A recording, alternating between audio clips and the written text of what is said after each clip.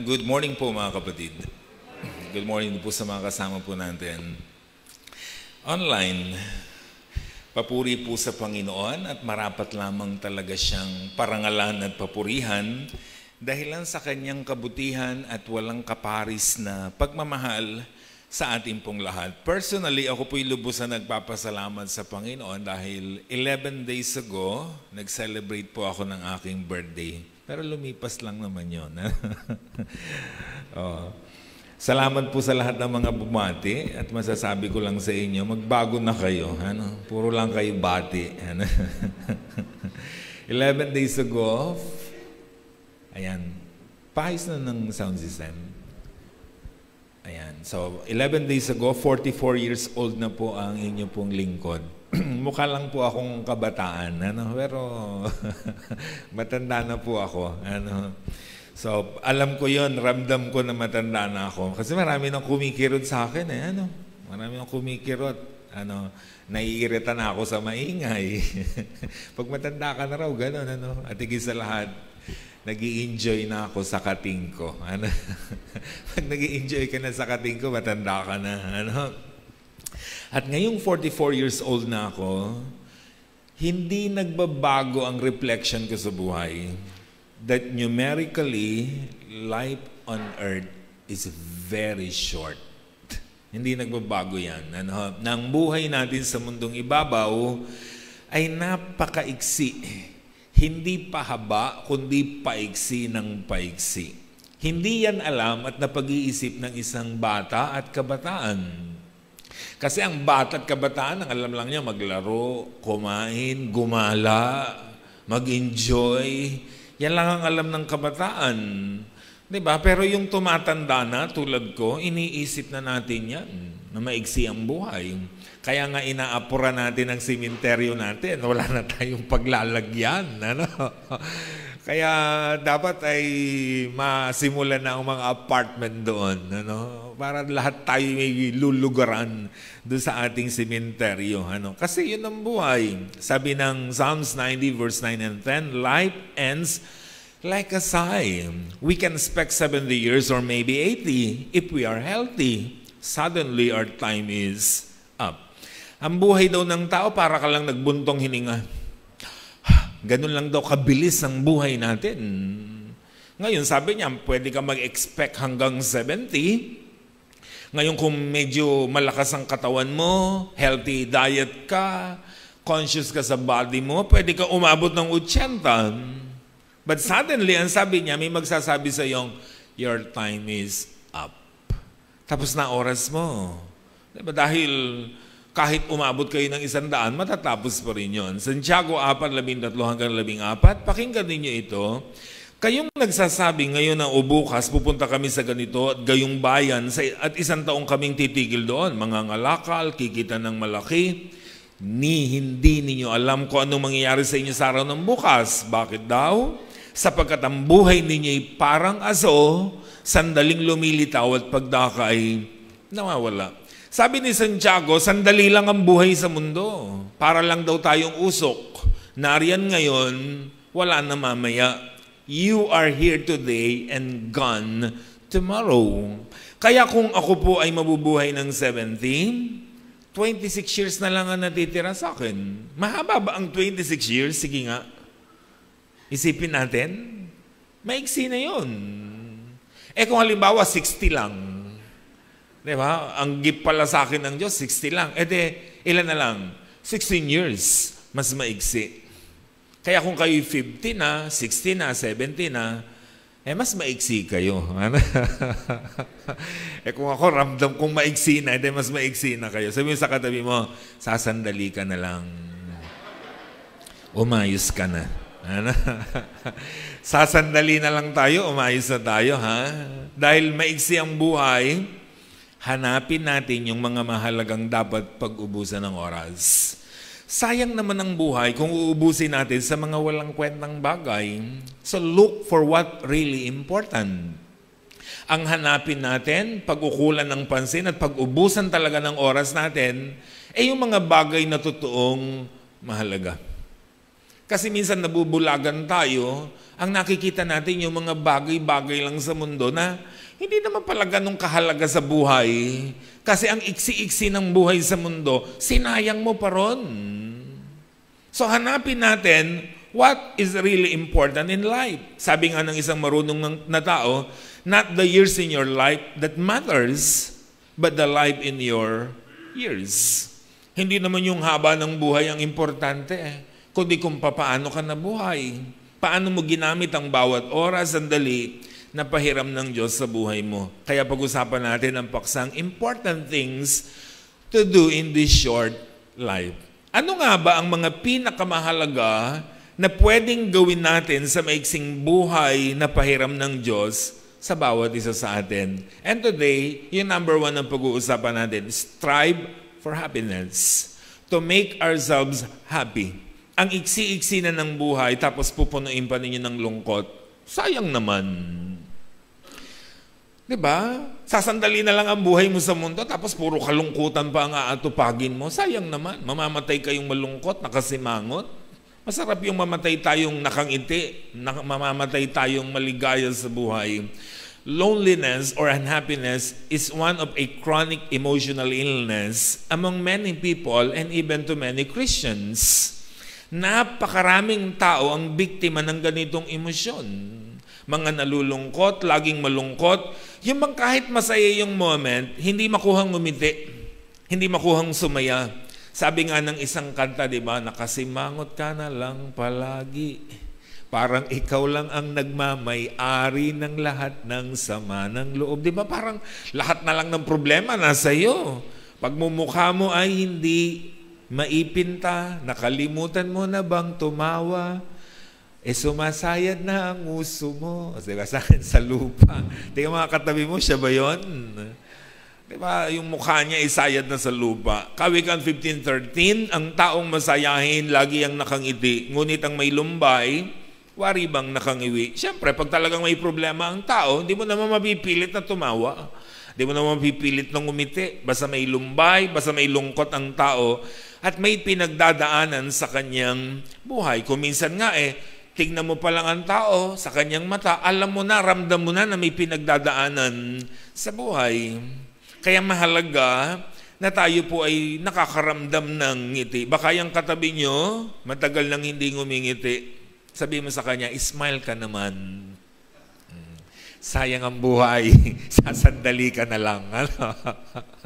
Mga Aral 3:12, alam kong walang pinakamabuti sa tao kundi magpakaligaya at gumawa ng mabuti habang siya ay nabubuhay. Mula yan sa bibig ni Haring Solomon, marunong na tao at pinarunong ng Diyos.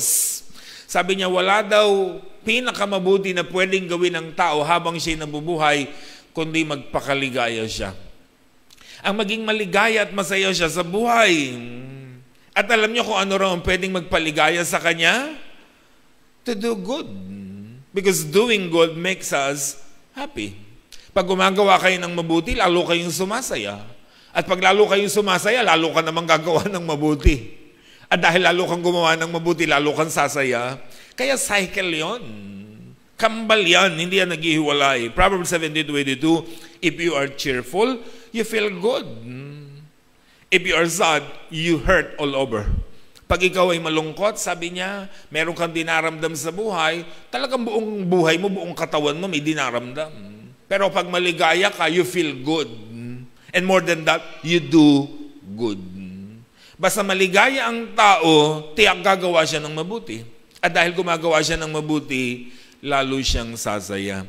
Listen, sayang ang buhay, sayang ang oras kung ipupuno natin dito yung lungkot. Ang iksi-iksi nga ng ang buhay, kasi mangutan pa nga atupagin natin. Kaya kung kayo'y malungkot, palitan niyo yan ng sayang. Kung kayo'y masaya na, dagdagan pa natin ang saya natin. Diba? Paano yun? So how to make ourselves happy? Paano nga ba natin pasasayahin ang ating pong mga sarili? Sabi nga ng kanta natin, nung bata pa lang tayo, di ba? Ang buhay ng Kristiyano ay masayang tunay. Masayang tunay talaga, pero ang ending, malulungkot pa rin tayo. So paano pasasayahin ang sarili sa isang napakaiksing buhay na ito? Number one, of course, strive for happiness by counting your blessings. Yan ang sabi ng isang kanta, di ba? Count your blessings, name them one by one, and you will see what the Lord has done. Kung anong ginawa ng Diyos sa buhay mo. By counting your blessings, you are convincing yourself that there are lots of reasons to be happy. Pag ang binibilang natin yung blessing ng Diyos sa buhay natin, kinukonvince natin ng sarili natin, napakabuti ng Diyos. Dapat lamang akong maging maligaya dahil nakikita ko yung kabutihan niya sa aking buhay. Ang lungkot ng buhay sa mundo. Maniwala kayo sa akin, ang hirap ng buhay sa mundo. Alam ninyo yan, hindi masarap sa ibabaw ng lupa.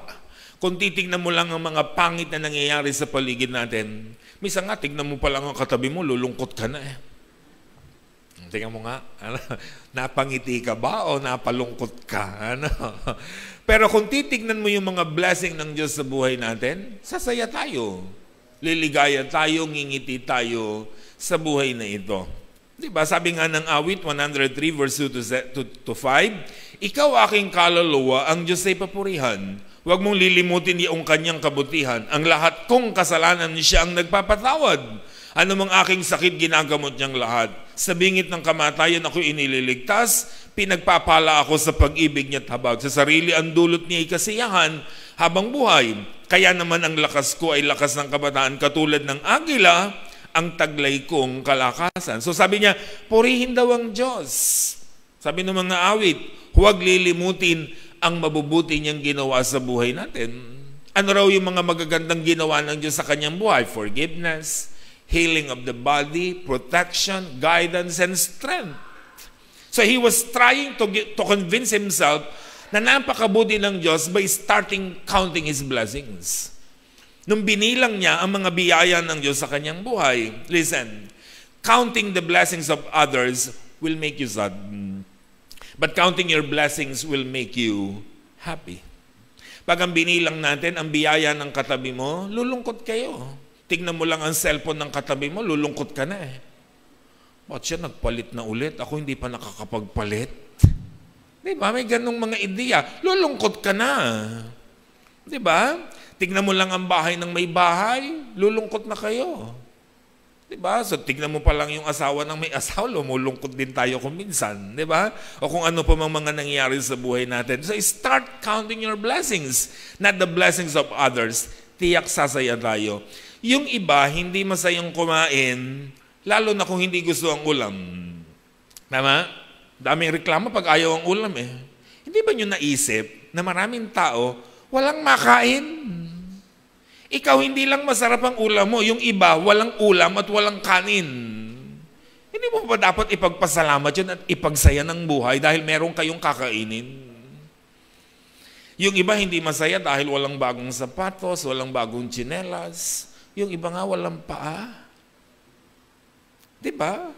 Yun ang point natin lagi mga kapatid. Kaya yung saya, pwede nating ma-achieve kung titignan lang natin yung blessing ng Diyos sa buhay natin. Number 2, strive for happiness by enjoying what you have. Binilang mo ang blessing mo, hindi mo naman ini-enjoy, hindi rin kayo magiging masaya. Diba? Ang dami mong blessing. Binilang mo, naku, blessed na blessed talaga ako. Tapos di mo naman nai-enjoy. Ipon ka lang ng ipon, imbak ka lang ng imbak. Di ka naman nag-i-enjoy sa buhay, eh di kayo magiging maligaya.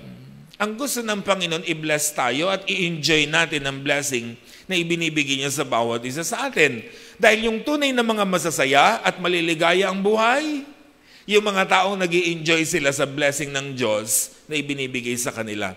May mga taong ang ganda-ganda ng kama, ang mahal-mahal ng bili niya sa kanyang kama, pero hindi matulog. Tama? Meron namang masandal lang kahit saan, di ba? Tulog, tingin mo katabi mo. Di ba, nasandal lang sa kapilya, tulog yan eh.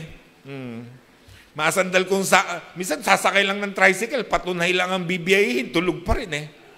Di ba? Samantalang yung iba, hindi mapagkatulog. Kaya yung nai-enjoy nyo ang tulog, nai-enjoy nyo ang buhay, di ba yung blessing ng Diyos yan? May mga tao hindi makakain ng pork chop nang walang ketchup. Samantalang yung iba, ketchup lang katalo na. Diba? Enjoy na sila.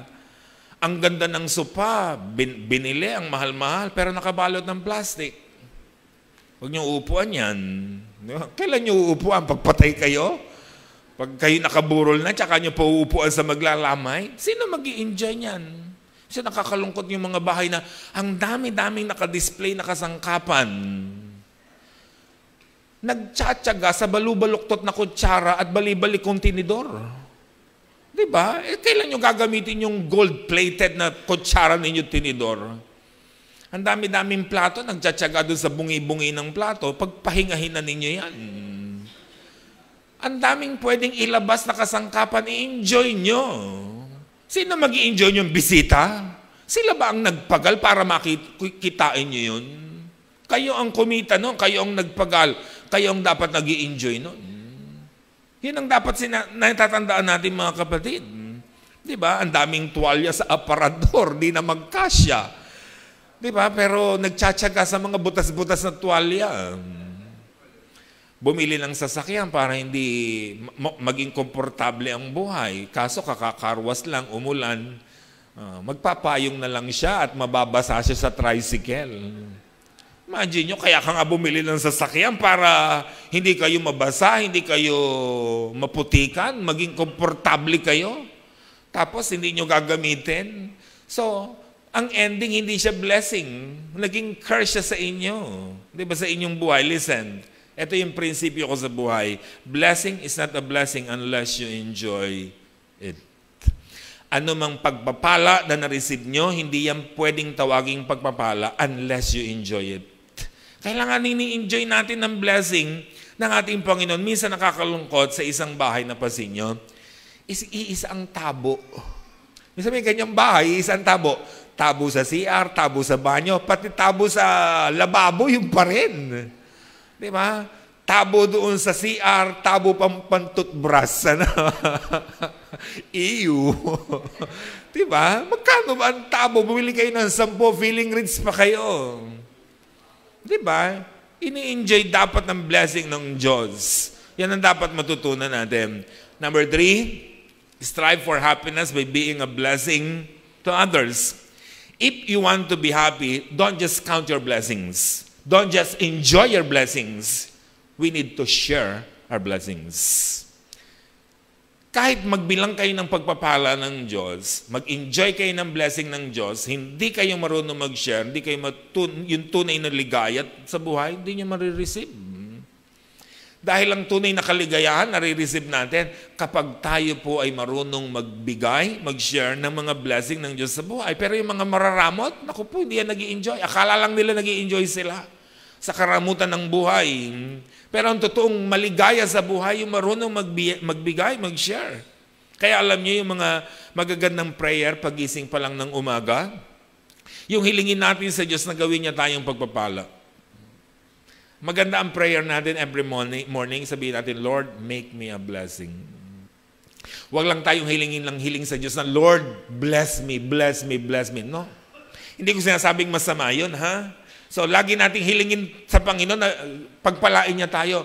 But sometimes, maganda rin siguro pag-pray natin, pagising pa lang ng umaga, Lord, make me a blessing. Gawin niyo akong pagpapala sa lahat ng makakasalamuha ko ngayong araw na ito sa iba't ibang kaparaanan. Ikalawang Korinto 1:3-4, purihin natin ng Diyos at Ama ng ating Panginoong Jesucristo, ang mahabaging Ama at Diyos na pinagmumulan ng lahat ng kaaliwan. Inaliw niya tayo sa ating mga kapigatian upang makatulong tayo sa mga namimigati sa pamagitan ng kaaliwang tinanggap natin sa Kanya.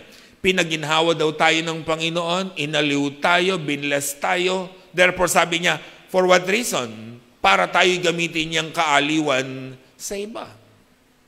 Inaliw ka ng Diyos, maging kaaliwan ka sa iba. Binless ka ng Diyos, maging blessing ka sa iba. That's the point. Kaya alam niyo, ang prinsipyo dapat natin sa buhay, we are blessed by God to bless others.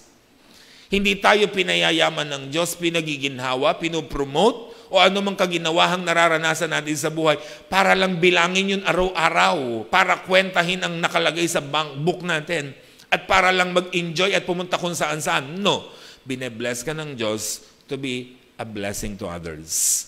para maging channel tayo ng blessing ng Diyos sa ibang tao. Gawa 5:33 hanggang 35, ibinuhos ng Diyos ang kanyang pagpapala sa kanilang lahat.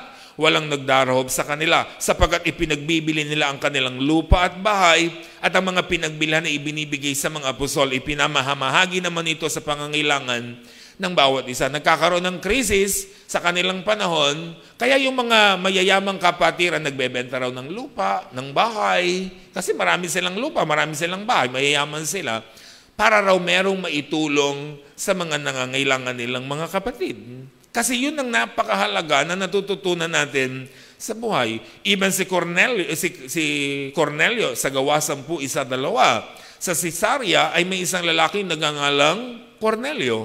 Palagi itong nagbibigay ng tulong sa mga Hudyo. Itong si Cornelio, mga kapatid, isang mayamang tao, kaya naman marunong siyang magbigay, mag-share ng blessings sa mga nangangailangang mga Hudyo. At alam niyo kung anong ginawa sa kanya ng Diyos? Dahil naging channel of blessing siya, lalo siyang binless ng Diyos. At ang pinakamalaking blessing na natanggap niya, alam niyo, hindi material. Pinadala si Pedro sa kanyang buhay, nakakilala siya sa Panginoon. Diba? Yun ang pinakamagandang blessing na na-receive niya sa buhay. So help, visit, care for people, be a blessing to others. Iba ang ligayang idinudulot niyan. Sabi ng Acts 20:35, in everything I have given you an example of how by working hard like this, you must help the weak. Remember the words of the Lord Himself. There is more happiness in giving than in receiving. Hindi sinabi ng Bible na hindi masayang tumanggap. Tama? Sinabi bang hindi maligaya ang tumatanggap? Siyempre maligaya when we receive, we are happy. But we are more happy when we give. Ang tunay na maligaya at ang tunay na nakakaramdam ng malaking kaligayahan sa buhay, yung nag-share ng blessings. Kaya alam nyo, every time na tayo nag-share, dapat nakangiti. Kaya minsan, di ba, pag meron nagsusolicit, meron nang hihingi, di ba, magbigay kayong maligaya. Kung hindi rin kayo masaya, huwag na kayong mag-abot. Hindi yung pagkaabot nyo, pagtaliko nyo, bubulong-bulong ka, lagi na lang sila nang hihingi, puro na lang ako. Hindi dapat yun ang nararamdaman nyo when you give. When you give, dapat ang nararamdaman nyo, thank you, Lord. Ginawan nyo ulit akong channel of blessing. Thank you, Lord, able ako to give. Thank you, Lord, dahil ako ang nagbibigay, hindi ako nanghihingi. Di ba? Yung palamang blessing na yun eh. Yung ikaw ang nagbibigay, ikaw ang nag-share. Hindi ikaw yung nanghihingi, kundi ikaw ang nagbibigay. Kaya napakahalagang bagay niya, mga kapatid, na nararamdaman natin sa buhay, yung kaligayahan ng pagiging blessing sa iba. Another, strive for happiness by cooperating with your strength. Kung anong galing, yun ang gamitin. Kung anong gusto, yun ang gawin. Kung anong hilig, yun ang pag-ibayuhin. Dahil kapag gusto mo ang ginagawa mo, tiyak, magiging maligaya ka. Maraming mga taong malulungkot dahil hindi nila gusto ang ginagawa nila. Tama? Hindi nila gusto yung trabaho nila. Kaya di ba maraming mga tao hanggang ngayon sa trabaho nila reklamo ng reklamo? Kasi hindi yun ang gusto nila. Kasi kung gusto nyo yan, nag-i-enjoy kayo. Di ba mayroong mga tao na enjoy sa trabaho nila? Bakit? Yun ang gusto nila eh. Halimbawa, mga pintor, di ba? Enjoy sila magpinta. Bakit? Yun ang hilig nila eh. Yung gumagawa ng kanta, yung kumakanta. Pag yun ang hilig mo, you enjoy it. Kaya napakahalaga kung anong gusto natin, kung anong hilig natin, kung anong likas natin, yun ang gawin nyo. Even kahit sa church eh. Hindi nyo gagawin yung hindi nyo gusto. Huwag kayong pupunta sa isang ministeryo hindi nyo likas. Hindi nyo gagawin yon, hindi kayo mag-i-enjoy doon. Sabi nga ng 1 Peter 4:10, bilang mabubuting katiwala ng iba't ibang kaloob ng Diyos, gamitin ninyo sa kapakinabangan ng lahat ang katangiang tinanggap ng bawat isa. Kasi bawat isa may abilities. Merong kakayanan. Merong mga talento na ipinagkaloob ang Diyos sa bawat isa sa atin. Ang importante, identify those abilities and gifts. Then, tsaka ka pumunta dun sa ability mo na yun. Kung saan ka mahusay, doon ka magpagamit sa Panginoon. Huwag mong ipilit ang sarili mo sa hindi likas. Lalo sa mga kabataan. Diba? Huwag mong ipilit sa accounting ang iyong sarili kung tres ka sa mathematics. Diba? Mangangamote ka riyan.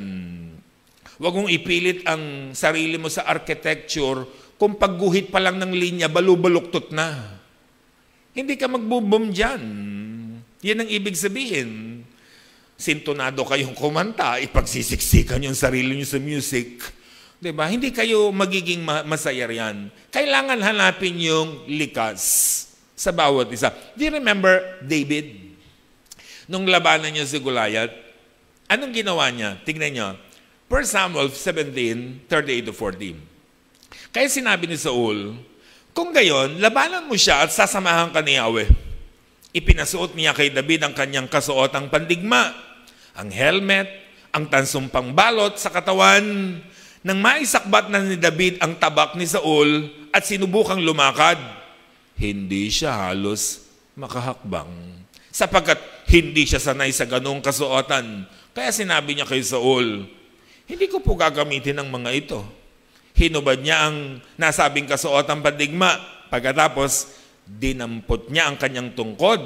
Namulod siya ng 5 makikinis na bato sa sapa, inilagay sa kanyang supot na pampastol at lumakad upang harapin si Goliath. And the rest is history.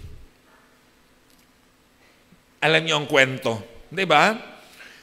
Nagyahamon itong si Goliath, walang gustong lumaban, nagtatago sa palasyo itong si Saul, dumating si David para maghatid ng pagkain ng kanyang mga kapatid. Sabi niya, sino ba yung naghahamon na yan? Oh, yung ganyan. Sabi ni David, ba't kayo pumapayag na alipustahin tayo niyan? Ako ang lalaban sa kanya. Dinala siya kay Saul. Sabi ng mga tao, eto po si David, gusto niyang lumaban. Bakit? Sabi ni Saul, kasi po, ako po isang pastol. Ang mga mababangis na hayop, oso, leon, pinapatay ko po yun. Yang Goliath na yan, may paglalagyan yan, kasi kasama ko ang Panginoon. Sabi ni David. Sabi ni Saul, okay, dalhin sa kanya ang aking mga kasuotan. Binisan, nilagay ang helmet, nilagay ang breastplate, lahat ng kasuotang pandigma, binigyan ng espada. Ang problema kay David, hindi makakbang. Itulak mo lang yung gigiba. Bakit? Ang sabi ng verse, hindi siya sanay. Hindi yun ang likas. Anong sabi ni David? Hindi ko po ito gagamitin. Hindi po ako sanay dito. Baka itulak lang po ako ng hangin, mabubuwal na po ako. So hindi ito ang likas. Anong ginawa niya? Namulot ng mga bato, tirador ang kanyang likas. Kaya paglapit niya kay Goliath, ginanong-ganon niya ang kanyang tirador, isa pa lang bala, patay si Goliath. Kasi yun ang kanyang likas. Kaya sa lahat ng mga estudyante, lalo na magtatapos ng high school, papasok sa kolehiyo ngayong taong ito, dapat alam nyo kung anong gusto nyo, kung anong hilig nyo, kung anong kakayanan nyo. Huwag kayong kukuha ng kursong gusto lang ng magulang nyo. Gusto lang ng barkada nyo. Dapat yung gusto nyo, yung likas nyo. Kaya mga magulang, malaki ang papel natin para sumayang mga anak natin. Huwag nating ipilit sa kanilang hindi nila likas. Hayaan nating hanapin nila yung likas nila dahil doon sila mas magiging maligay. Dahil pag hindi likas ang kukunin, every semester, magsiship yan. Hindi siya magbubloom doon at hindi siya magiging masaya. Kayo lang ang sasaya. Hindi siya. Another, strive for happiness by forgiving those who hurt you. In order for us to be happy, kailangan marunong tayong magpatawad.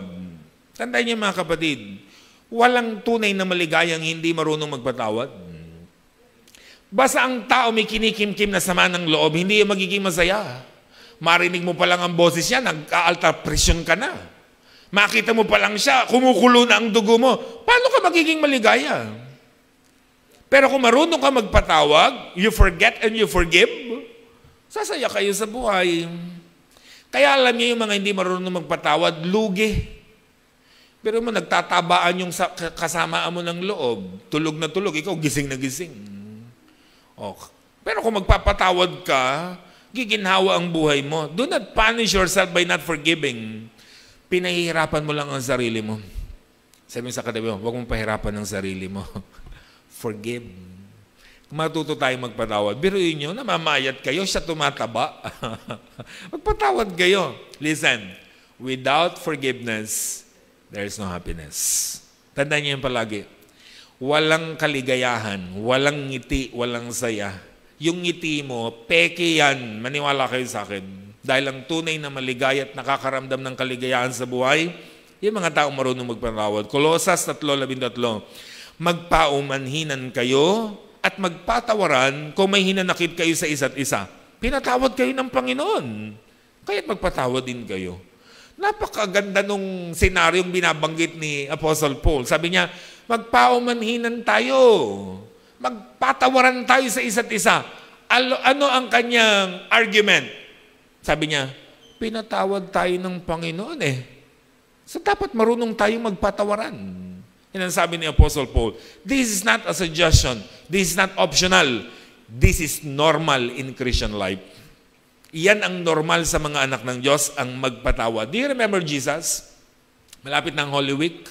Habang siya nakapako sa krus, tinotorture. Diba? Bago pa lamang, ginutom na. Diba? Gabi pa lang, hinuli na, ginutom, pinahirapan na, hinambalos na, pinapasan pa ang mabigat na krus. Pagkatapos niluraan, sinampal, sinuotan ng koronang tinik, ipinako pa sa krus. Anong sabi niya? Father, forgive them. Patawarin niyo po sila. Yan ang kanyang binigkas doon sa krus ng Kalbaryo. Lucas 23:34, sinabi ni Jesus, Ama, patawarin mo sila. Remember, Jesus was in the climax of his suffering. Naroon siya sa pinakamatinding paghihirap ng kanyang buhay. Kaya alam niyo, sabi ng history, yung mga pinapako sa krus, alam mo, mga nagmumura daw yan eh. Nagbabanta, makatakas lang ako dito, papatayin ko kayo. Ganyan yan. Siyempre, pinapako ka sa krus. Pero si Jesus, ang sabi niya, Father, forgive them. Listen, taking revenge won't make you feel better.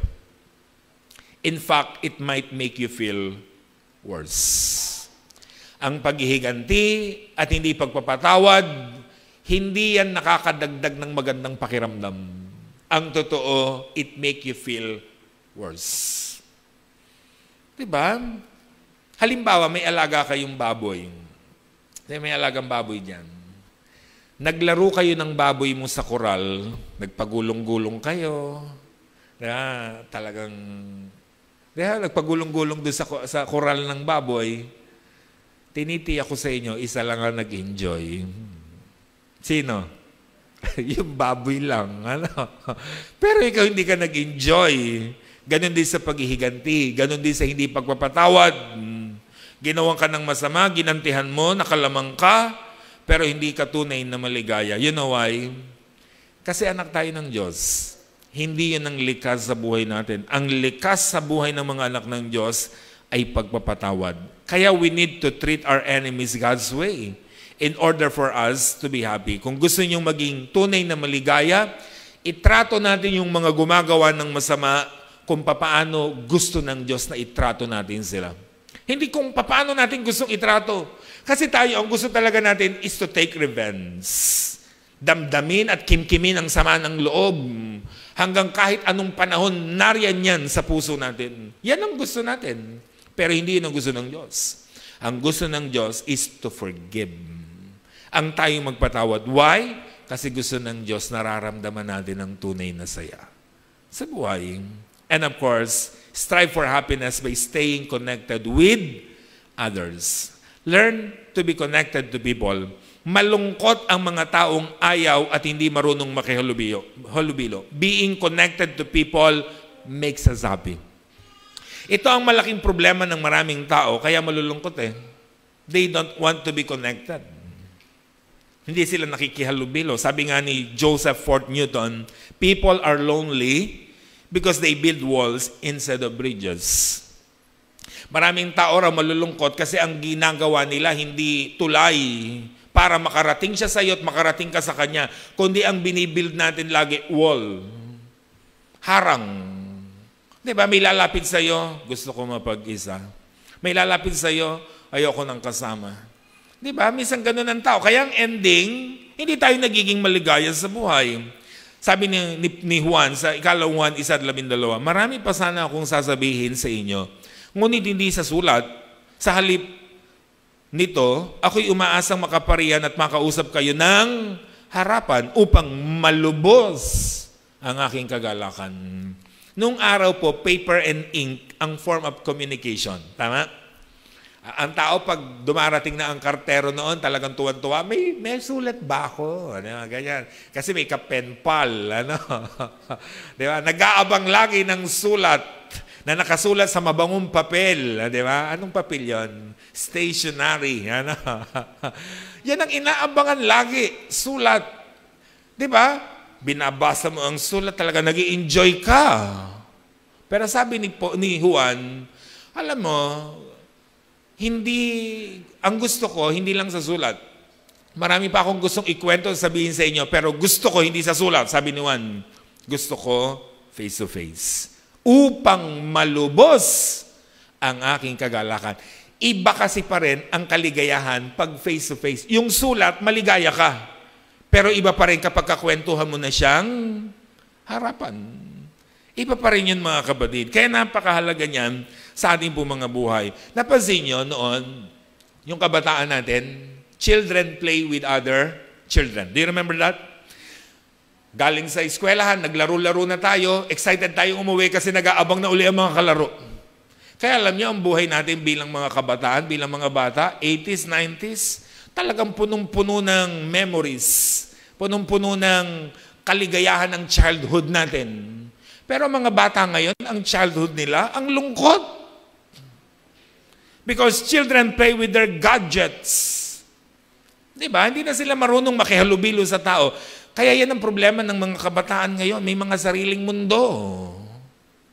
Diba? Pupunta ng reunion, magkakapamilya. Anong hanap? Password. Hindi hanap, yung pinsan ko gusto kong kalaro. Hindi pinsan ang hanap eh. Ang hanap, password. Diba? Nasa isang sulok umaatak. Oh. Pero noon talagang hanap natin laro. Kaya ang childhood natin, full of happiness. Yung memories natin, pag binabalikan natin, talagang ang ligayang-ligaya natin. Pero mga kabataan ngayon, wala nang kaligayahan sa buhay. Kasi ang lungkot-lungkot ng kanilang childhood. Kasi hindi na sila marunong kumonekta sa taong. They don't know how to be connected with other people. Kaya alam nyo, napakaganda, matuto tayong kumukonekta. The first, it is not good statement by God appears in Genesis 2:18. Nung likain ng Diyos ang lahat ng bagay mula sa unang araw hanggang ika-6 na araw, anong sabi ng Diyos? It is good. Nung likain niya si Adan at likain si Eva, alam niyo, nag-elevate. It is very good. Nung likain niya si Adan. Pero nung pagmasdan niya si Adan, ang sabi niya doon sa Genesis 2:18, it is not good for a man to be alone. Hindi si Adan ang hindi good. Tandaan niya ha, alin ang hindi good? To be alone. Kaya alam niyo, hindi maganda ang laging alone. We need to be connected with other people to be happy. Para maging maligaya tayo sa buhay. Kaya kahit sa kulungan, napansin nyo, isa sa form ng tinatawag nating punishment nila, yung makulong ka, malungkot na eh. Kahit may kasama ka. Pero yung Bartolina is another form ng kanilang kinatatakutan. Bakit? Dahil sa Bartolina, wala silang kasama. Mag-isa sila. Alone. Kasi punishment yun. Diba? Dahil torture sa buhay ng tao ang mag-isa. Do you remember John? Si Juan? Hindi siya binalatan ng buhay, hindi chinap-chap, hindi pinatay, hindi pinako sa krus, hindi binato. Itinapon siya sa isla ng Patmos. Daig pa niya ang tinorture. Why? Because he was alone there. Mag-isa siya. Kaya alam nyo, iba ang torture ng mag-isa. Di ba? Iba ang lungkot na pwedeng maramdaman ng tao kung nag-iisa siya. Kaya napakahalaga, we connect to one another. We connect to our brothers and sisters. Kaya pag oras ng kamayan, mangamay kayo. Pag oras ng ngitian, makipag-ngitian kayo. Kumukonekta tayo, hindi yung lagi kayo nagmamadaling umalis. Late ka nang dumating, gusto mo, una ka pang umalis. Connect with people. Kailangan natin yan nararamdaman. So, smile at people more often. Ngumiti kayo, makipagngitian kayo. Sample nga, smile with your seatmate. Ayan.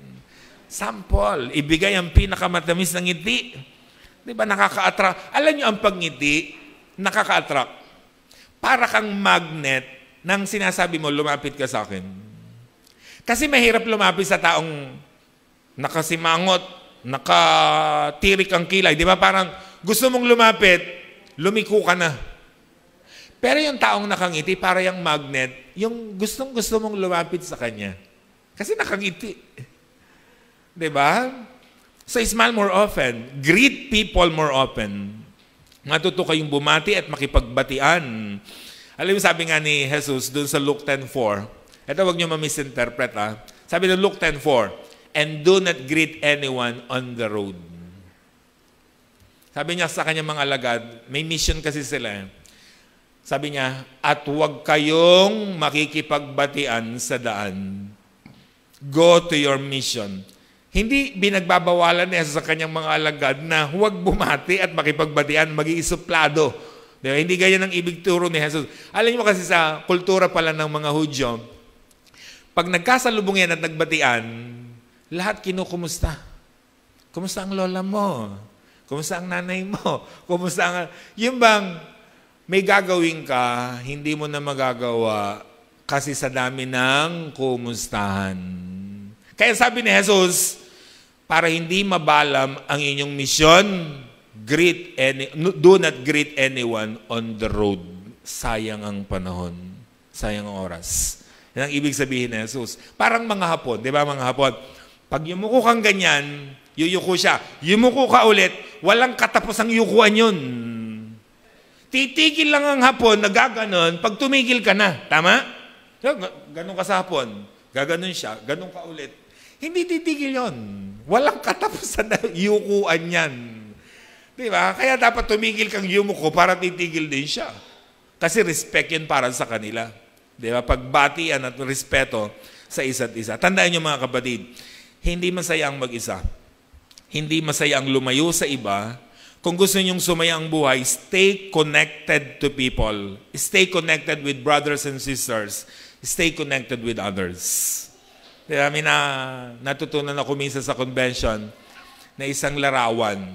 Tama nga naman. Tingnan niyo ito. Ano mapapansin niyo kay Ninoy Aquino? Malungkot. Yeah. Kasi walang kasama. Tingnan niyo yung sumunod. Yung pera natin ngayon. Nakangiti na. Di ba? Bakit? May kasama na eh. Nakita niyo? Pag mag-isa talaga tayo sa buhay, puro lungkot ang mararamdaman natin. Pero ang tunay na maligaya yung may kasama. Di ba? May sinasamahan, connected siya with other people. Mga kapatid, napakaiksi ng buhay. Huwag punuin ng lungkot. Manapay punuin ng ligaya at saya. Maghanap ng mga bagay na magpapaligaya sa atin. Mag-imbento tayo ng saya, magdagdag tayo ng saya sa buhay. Maraming dahilan para maging malungkot. But hindi ako sa inyo, marami din naman ang dahilan para maging masaya tayo. So choose to be happy. Make yourself happy. Diba? Hanapin natin ang kaligayahan gusto ng Panginoon. Strive for happiness. Sayang ang buhay kung puro lungkot lang ang atupagin natin. Lord, salamat po dahil napakabuti niyo po sa amin. Tinuturo niyo po sa amin yung mga bagay na mahalaga, yung mga dapat pag-ubusan namin ng oras sa buhay. Kasi alam po namin maiksi ang buhay namin sa mundo. Sasandali na lamang po kami sa mundong ibabaw. Sayang naman kung ang pag-uukulan namin ng pansin, yung mga less important. Kaya Panginoon, tulungan niyo po kami. Hanapin namin ang mga pinakamahalagang bagay sa mundong ibabaw. At yun ang bigyan namin ng panahon at pansin sa buhay na ito. Upang sa gayon, kung kami man ay bawian ng buhay, maligaya po kami dahil nakita namin at naranasan ang mga pinakamabuting nais po ninyo sa buhay po namin. Muli po, Panginoon, anumang lungkot na meron kami, anumang problema na dinadaanan po namin, tulungan niyo po kami na malunasan ng lahat ng mga bagay na ito at maibalik ang ngiti, ang saya sa amin pong mga labi. Muli po, ang blessing po ninyo sumagana sa amin in Jesus' mighty name. Amen. Magsitayo po tayong lahat.